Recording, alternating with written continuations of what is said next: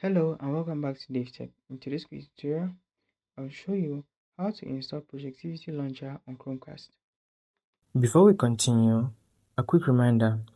If you're using a smart TV, Fire Stick, or Android TV device, I highly recommend using a VPN. A VPN helps protect your privacy, secure your connection, and keep your personal data safe while browsing or streaming.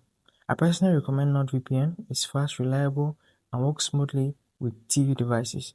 I've put a special link in the description. If you want to check it out, do so right now. Let's get back into the video. Let's get started. So we head over to Quick Settings, then go to All Settings. From there, you're going to go over to Apps, and you scroll down until you find See All Apps.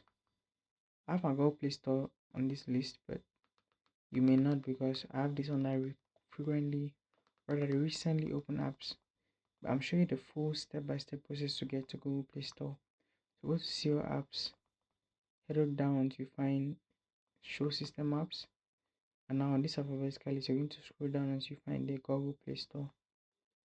So there you have it, that's Google Play Store. Click on it and click on Open to launch.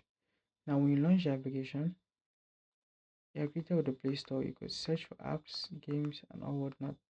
So I'm going to search for the app of choice for this tutorial. So you could use a voice search, or you could just use this keyboard that pops up to search. So if I just search for projectivity,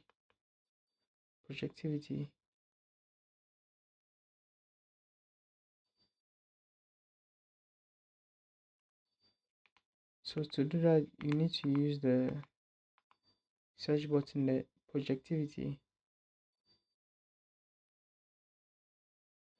and there you have it. You have the Projectivity launcher.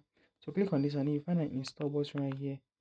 Click on install and that will download the app. So when the app completes downloading, it's going to install automatically, and from there you could open the application to launch it.